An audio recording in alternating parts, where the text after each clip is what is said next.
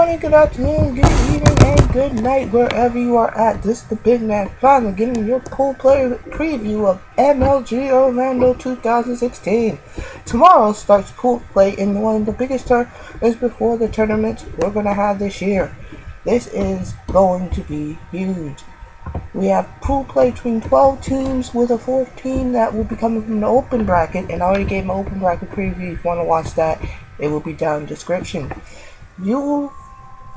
So here are the teams that are going to MLG Orlando in the pools. Group A will be T Envious with the team of J-Cap, Apathy, John, and Slasher.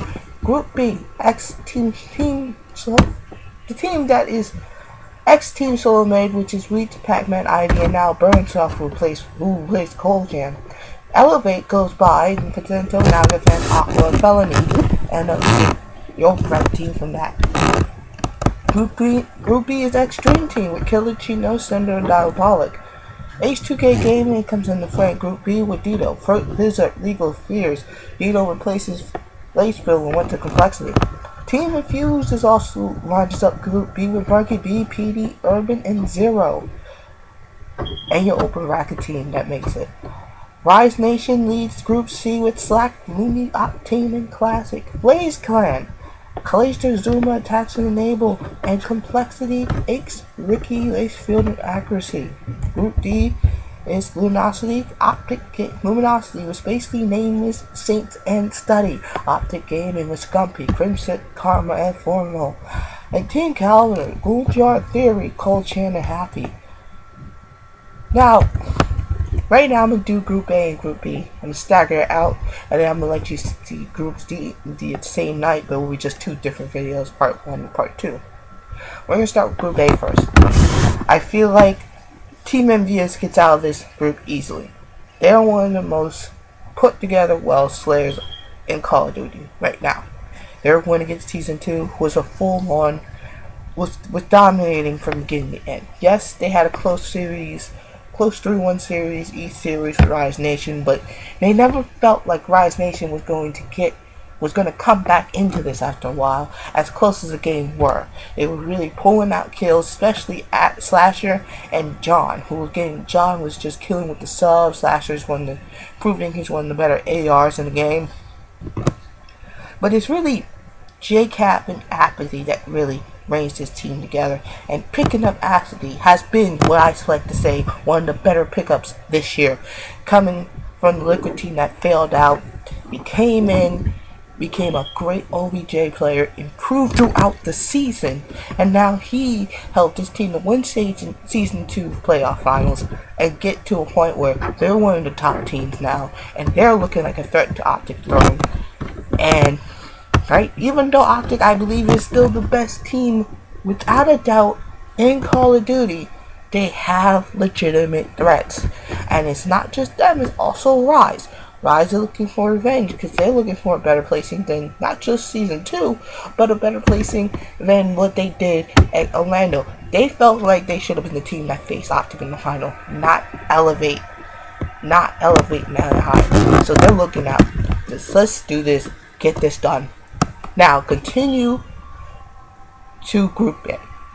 Team Solomid. Team Solomid.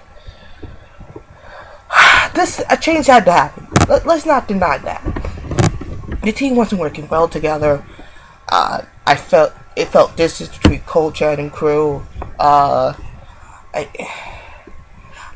it's always been with this three players of Weeds, Pac-Man, Ivy.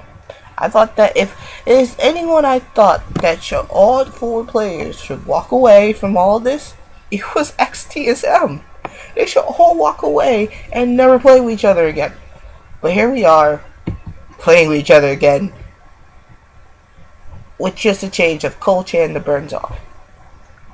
I don't see any much different from earlier in the Season 2 season, having a 5-2 lead against Elevate, losing that 5-2 lead, and losing that game subsequently in, I want to say, Breach, Search and Destroy? Yeah, it was Breach, Search and Destroy. They were up 5-2 against Elevate. Elevate came back. Now, they're a good S&D team, Elevate, but you were up 5-2. What are you doing? You're up 5-2. You felt the confidence. Cold Champ was getting the kills. He was truly getting to be the player that they were trying to get to have in the first place when they replaced him from Proof, and all that sudden that went downhill and it never fixed from there. The team just got worse and worse and worse. And it's just, a change had to be made, but I feel like this is the wrong change because I feel like this whole team should be in different things right now. But maybe they stayed together because they know they're gonna get in groups. They know they're getting a high seed in the tournament, in the online qualifiers that's coming up. So let's stay together, see what happens. That's about the only reason I see them still together. Besides that, I don't see a positive thing that's gonna do well here, and it's gonna show by the time MLG Orlando starts Friday. It's really gonna show. Elevate. What I can say more about this team? Well, we got teams like H2K in the Season 2 Finals, 4-0 by Envy, who is one of the best teams in the world.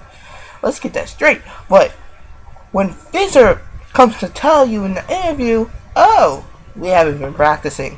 We need to practice a bit more. And then stories that come out through and through that Fizzer's drinking, partying, so it's been with Fears. And that's one of the reasons Lacefield left, because of the lack of work ethic on the team. That's troubling. We replaced him with a guy like Dito, who's been working to get himself back into a big team like this, who's been trying to prove himself from the past where he ended up being in these small teams in the first place. He had a taste of the big time, but it just ended up going so badly, he was almost basically blacklisted for a while. So he has an opportunity to come in, do the job, get the job done, wrangle this team up, and make them ready for not just this, but COD XP itself. It's baffling to me how you don't prepare for something that is so huge, and most of all, can make you that dollar. It's gonna make you that dollar if you do well. And I don't mean opportunity months off, I'm talking about right at that weekend. What are you doing? Sheesh. So, if I rank this, I rank Group A as this. Envy, Elevate, Solo Mid. No. Envy, Elevate, whatever open bracket team comes into this, say like a Cloud9, Kingsman, or even Intuition. I like Intuition a lot. They're going to finish higher than Team Solo Mid, after Team Solo Mid. I feel honestly confident about that. So, let's go to Group B. D team. They're still coming in as a mystery. Can they keep the consistency up? Placey second in Season 2. The finals when they met, they beat FaZe. They end up beating LG. They tried to keep it close with Envy, but Envy was just too good of a team, too solid of a slaying team that were, during Fringe Hardpoint, I think, at the start of this, they were just not getting anywhere near the first Hardpoint. You had Slasher and you had JCap positioned very well in their ARs, just hammering, taking out Chino, Sender, taking out Daya, and even as they could win with Sender being bad, the trip negatives even, it only is a matter of time before the team gets overwhelmed and they just won't get wins anymore. They won't get through and won't get the numbers, won't get the points. That's going to overwhelm them. So Killa is the leader. He said himself, he's grown better to be an in-game leader. He's not caring much about getting kills anymore. He's caring more about getting these people in great positions to get the job done. Chino is the main slayer on this team. Let's not deny that. He's a top 5 slayer in Call of Duty. He's the main slayer, and I'm glad. I'm happy for him. He's coming to Orlando. Great guy. I'm not coming, but he's coming to Orlando, and he's going to do a great job for this team no matter what. Great guy. Great all-around slayer. Great with the Shiva, which few players in this team in Call of Duty can say that. Few players in all Call of Duty say, I'm great with the Shiva. Chino's one of them. So if they ban something like Man of War or M8, which Man War's not even used that much. They can say, oh, Gina, go with the Shiva, done. Cinder and Diabolic is the two wild cards in this. Especially Cinder. If Diabolic is great, it's the AR, it's the sub with the team, plays with mostly VMP. He can run around, get some solid kills, get the ball, get to the other side of the place, get to the other side of the uplink.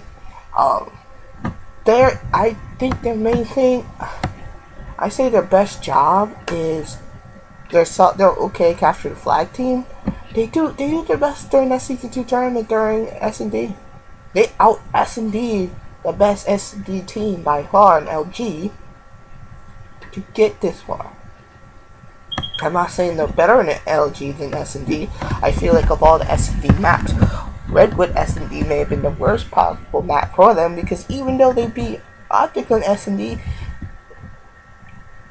Spacely said it himself when he was talking to his streamers one night that they ended up spending time looking at theater, spotting the moves that Optic usually does on Redwood S&D. So that was really a luck of the draw in the sense that they got Redwood S&D during this time in the tournament. But when they got it again, they weren't doing as well against Killa. And against Killa's, well, no, they had Hunted S&D. Hunted S&D is about one of the rarest maps in all of competitive COD right now. Not many people use it, not many people play with it. I remember when Opti talked about it during the MLG Anaheim when they were handed S&D Hunted, and saying, we gotta know this map better because we don't know when we're gonna get it again. So when they were handed Hunted S&D, it went down to raw knowledge of S&D, and Killer has it, and backs.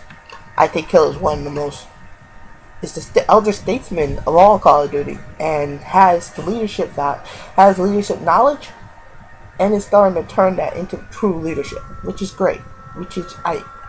If he's retiring this year, that would be a great send-off. Him finally becoming the leader that I believe he could have been when he was back with Impact and whatnot. So, this is a strong group because of them and Infused. H2K, I don't know if that's going to be much better for them adding Vito, because they just added him. He's not adding them. So the leadership could be coming into play, and I don't trust it. I don't trust it as much. Now, Infused, they're a great team. They are top 3 team in Europe easily, with Millennium right now being first because they're both Season 1 and Season 2 finals wins. Now, Infused also did better than them in the tournament, in other LAN tournaments, which includes getting farther than them past pool play and, past loser bracket in Anaheim, and only to have one of the craziest days for a European team, for both European teams, them and Splice. It is